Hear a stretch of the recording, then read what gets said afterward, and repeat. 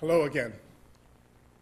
As we move to the next segment of the course, how to get started. When we look at what's before us, it looks almost depressing. Can we really do impact things? I have found that when individuals start doing things together, it compounds our effects. And if we think in terms of religious communities doing this, I think we will have an impact upon the earth. There was a course taught 2 years ago at Claremont School of Theology on the future of the earth. And the prognosis taught by John Cobb and Philip Clayton and other instructors were that the faith communities may be absolutely critical and vital to saving the planet, and that we can really certainly reduce harm reduction.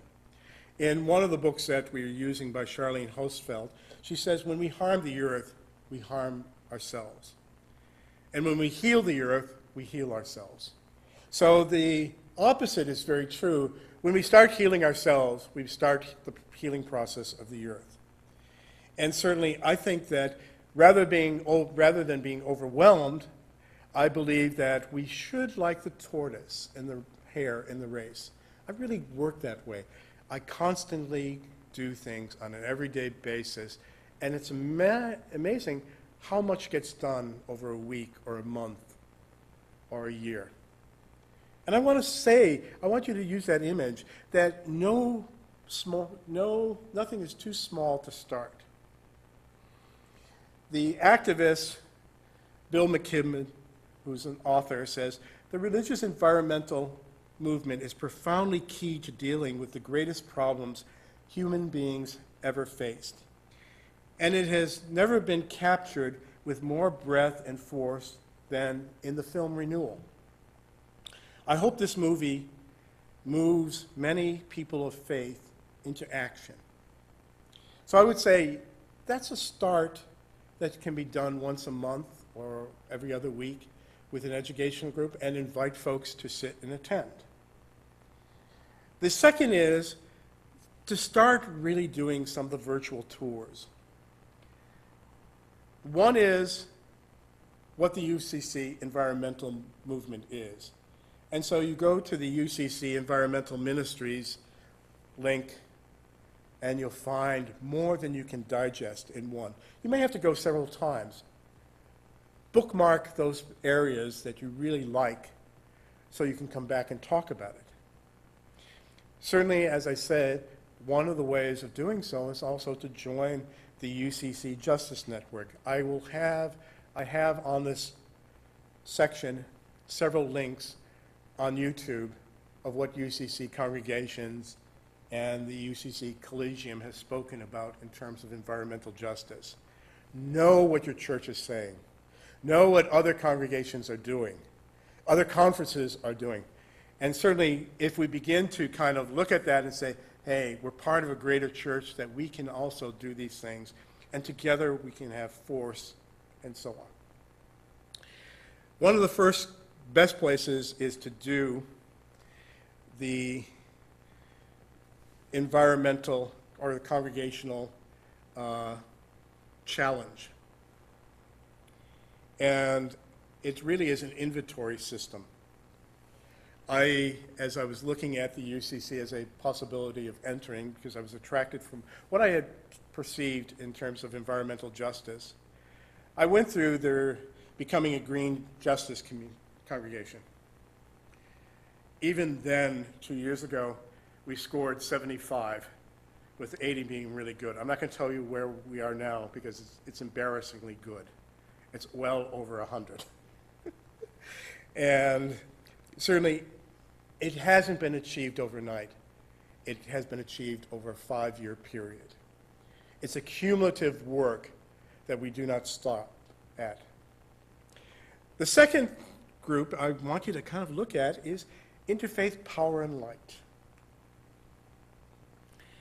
It was founded by an Episcopal priest, Sally Bingham, who is now canon at the San Francisco Episcopal or Grace Cathedral in San Francisco. It has spread to 37 states with chapters. These are interfaith linkages of Christian, Catholic, Protestant, Orthodox, Jewish, Orthodox, certainly Reform, conservative congregations, Muslim mosques, and certainly Buddhist temples and monasteries. It includes Sikhs, it includes Jains, it includes Hindus in the United States. It is a wonderful group to participate. Again, they not only provide things for you to do, but also assessments of how to begin the process of assessing your campus, your church. Where do you begin? You know, becoming familiar with the sources is absolutely critical to this.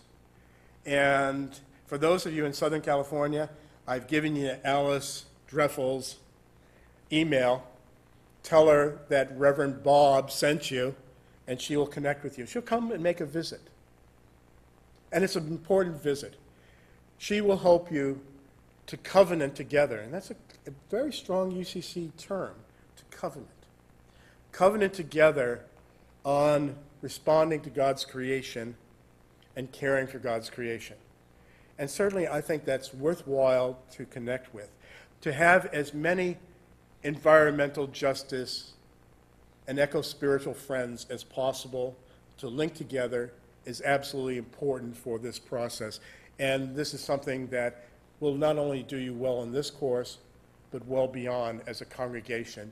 And together, we can pull things together under the Spirit of God, who is the sustainer of all life, who is operative in this world, and constantly encouraging us to color outside the lines, outside the box, and to do things for charity and life itself.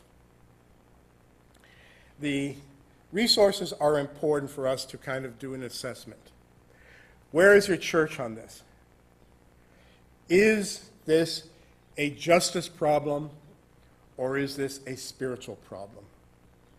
Or the third, I would say, to make a division between spiritual and justice is probably a false dichotomy, and we should think of it as a spiritual process.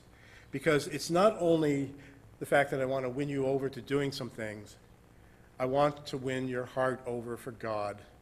That's my agenda. That you fall more in love with God, and to realize that when God created the earth and all creation, God said 6 times, it was good, it was good, it was good, it was good.